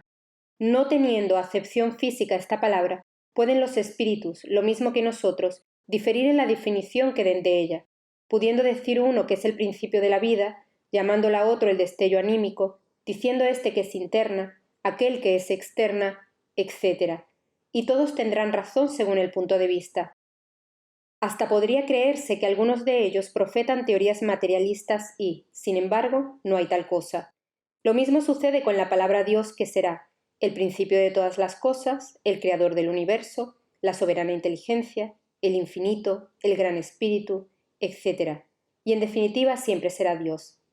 Citemos, en fin, la clasificación de los espíritus.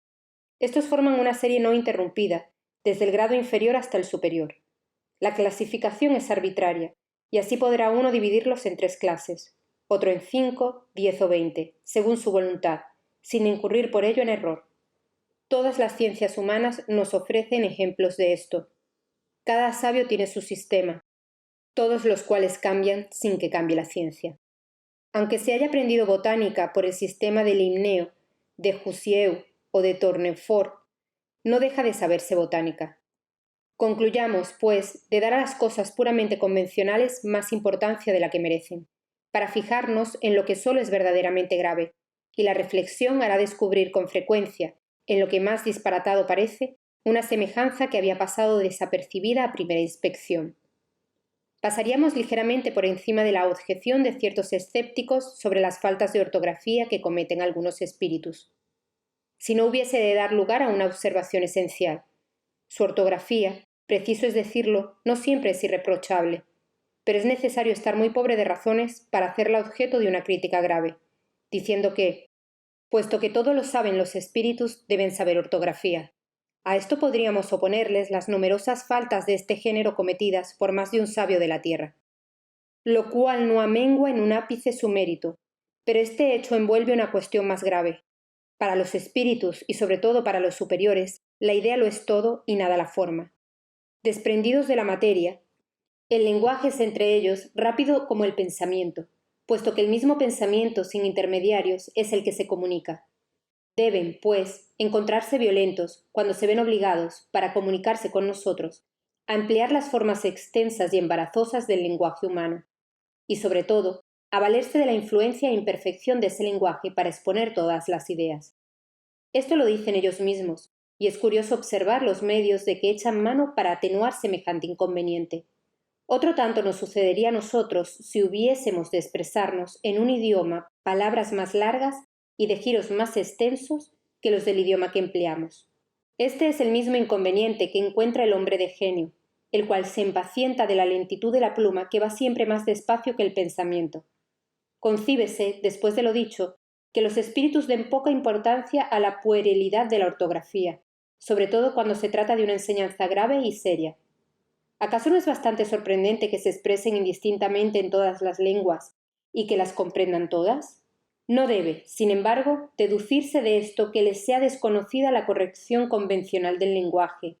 Antes, por el contrario, la observan cuando es necesaria.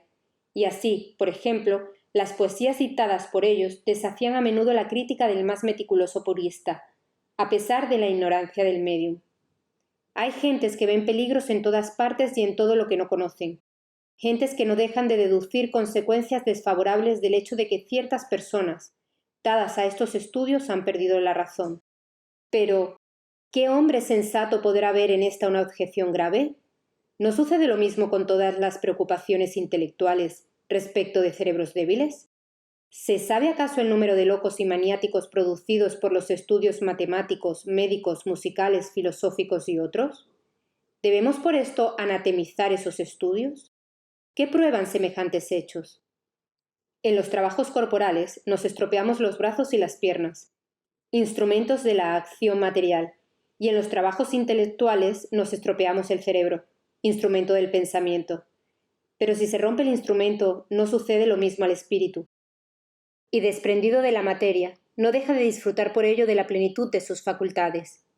En su género, y como hombre, es un mártir del trabajo. Todas las grandes preocupaciones del espíritu pueden ocasionar la locura. Las ciencias, las artes y hasta la religión aprontan su contingente. La locura reconoce como causa primordial una predisposición orgánica del cerebro que le hace más o menos accesible a ciertas impresiones.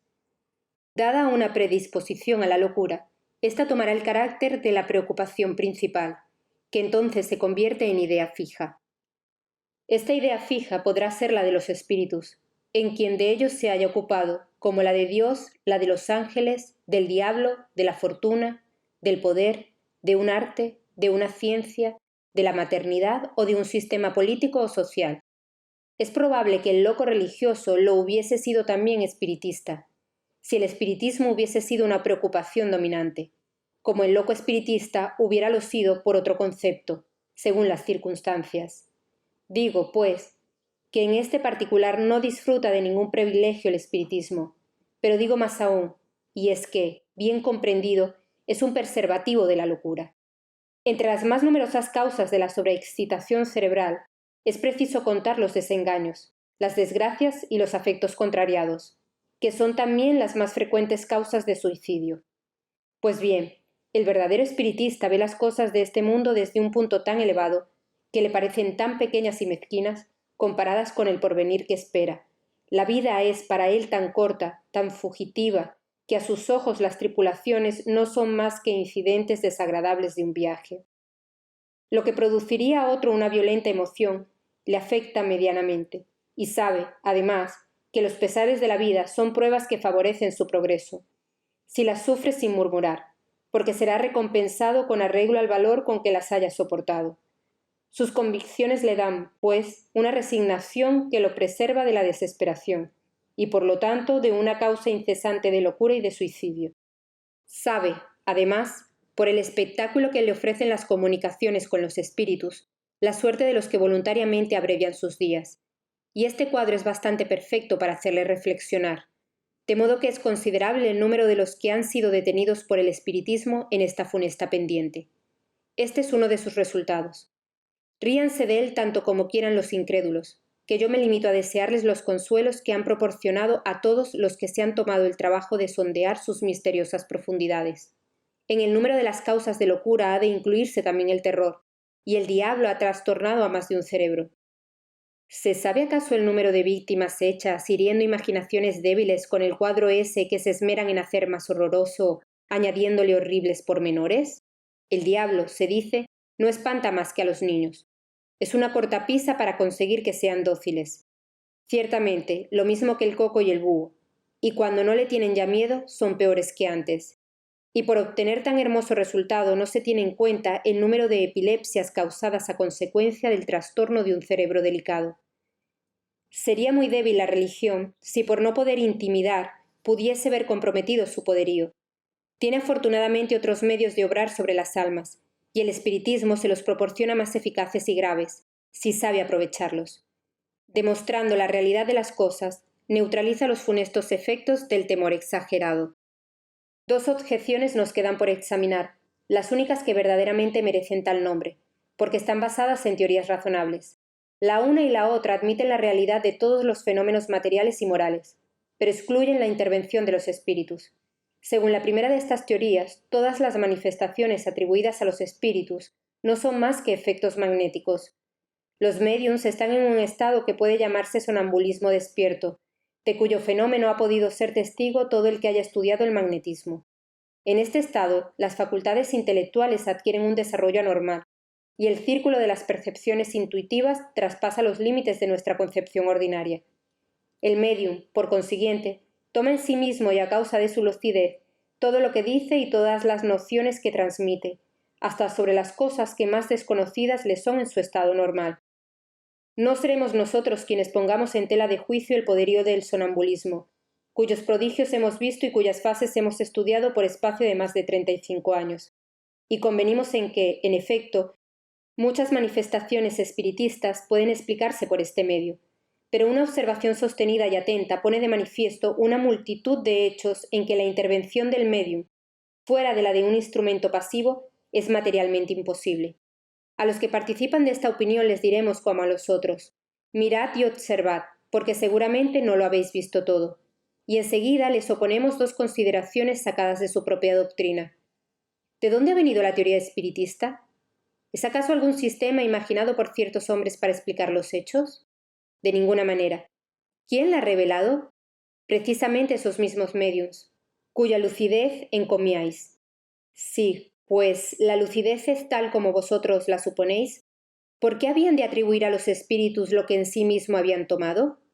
¿Cómo habrían dado esas reseñas tan precisas, tan lógicas y sublimes acerca de la naturaleza de aquellas inteligencias extrahumanas? Una de dos: o son lúcidos o no lo son. Si lo son y se tiene confianza en su veracidad, no se puede admitir, sin contradecirse, que no digan la verdad. En segundo lugar, si todos los fenómenos se originasen en el médium, serían idénticos en el mismo individuo, y no se vería a la misma persona hablar disparatadamente, ni decir alternativamente las cosas más contradictorias. Esta falta de unidad en las manifestaciones obtenidas por el médium prueba la diversidad de orígenes, y si todas no pueden encontrarse en el médium, preciso es buscarlas fuera de él. Según otra opinión, continúa siendo el médium origen de las manifestaciones, pero en vez de tomarlas en sí mismo, como pretenden los partidarios de la teoría sonambúlica, las toma en el medio ambiente.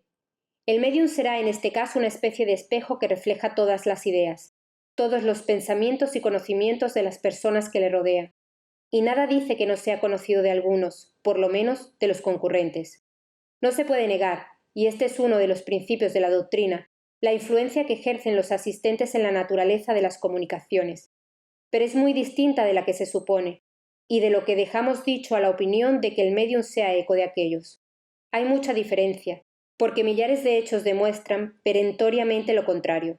Este es, pues, un grave error que prueba una vez más el peligro de las conclusiones prematuras.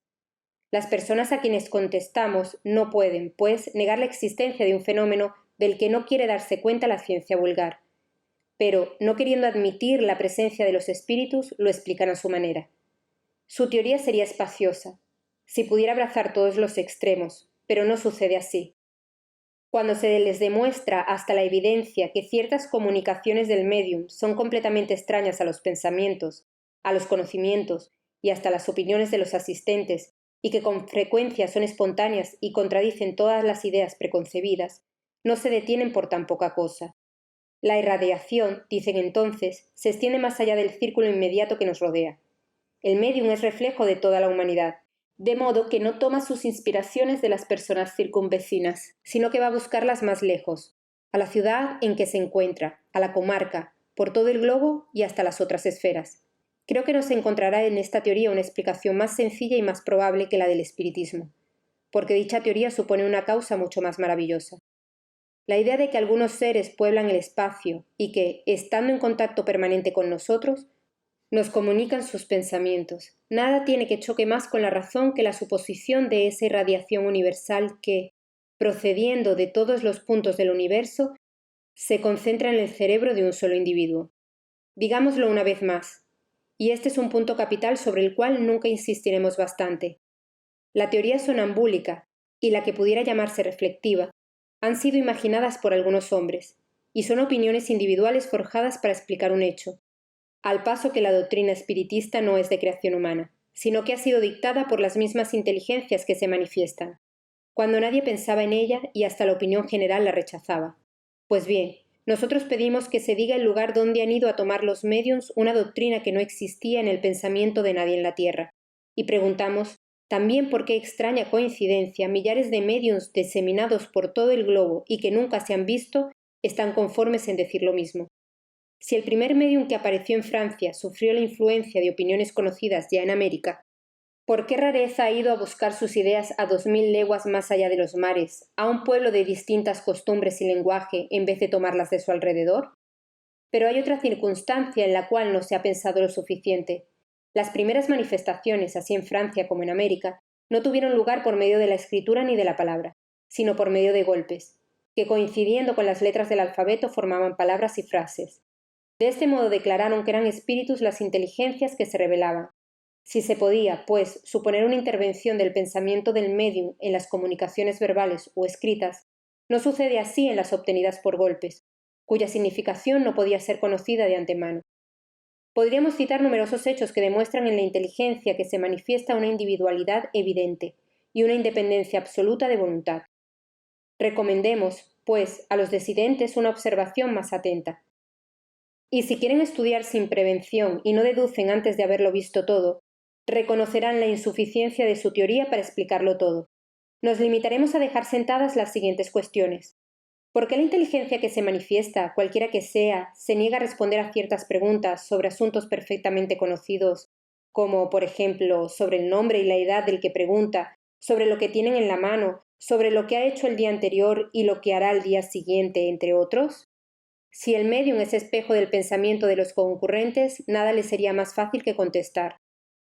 Los adversarios reargumentan preguntando a su vez por qué los espíritus, que deben saberlo todo, no pueden decir cosas tan sencillas, apoyando el argumento en el axioma: quien puede lo más, puede lo menos, de donde deducen que no hay tales espíritus. Si un ignorante o bromista de mal gusto se presentase ante una corporación sabia y preguntase, por ejemplo, ¿por qué es de día a la hora de mediodía?, ¿creerá nadie que aquella se tomará el trabajo de contestar, y sería lógico deducir de su silencio o de la burla con que recibiría el preguntador que sus miembros son unos borricos? Pues precisamente, porque son superiores, no responden los espíritus a preguntas ociosas y ridículas, ni quieren ser puestos en el banquillo. Por esta razón se callan o mandan que se ocupen de cosas más graves. Preguntamos, en fin, ¿por qué los espíritus vienen y se van en momentos dados? ¿Y por qué pasados estos no valen ruegos ni súplicas para traerlos nuevamente?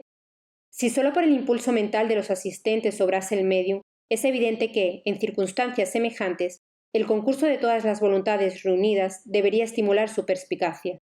Si no cede, pues, al deseo de la reunión, corroborado por su propia voluntad, es porque obedece a una influencia extraña a él y a los que le rodean, y porque aquella influencia demuestra de tal modo su independencia e individualidad.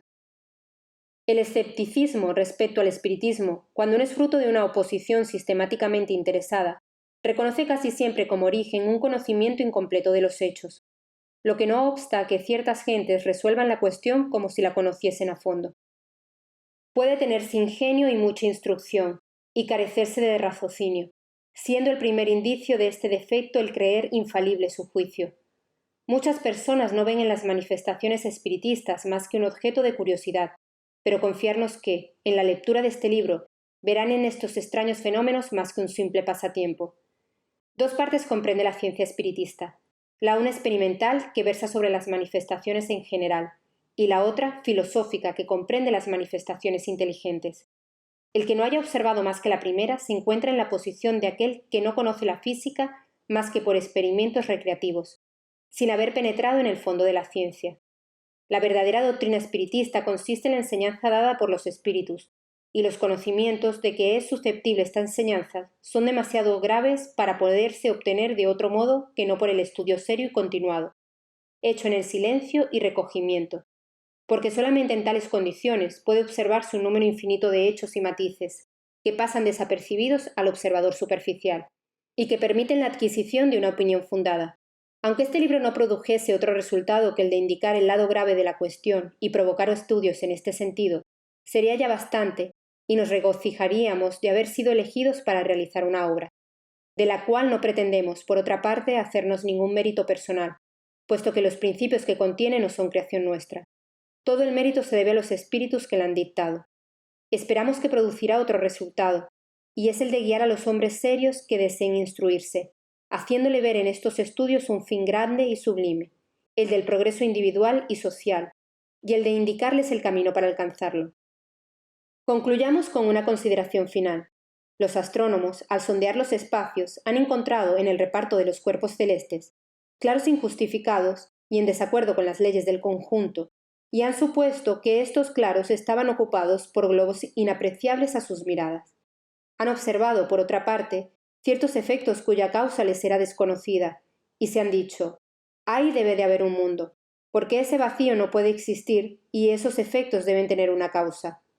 Juzgando entonces la causa por el efecto, han podido calcular los elementos, viniendo después los hechos a justificar sus previsiones.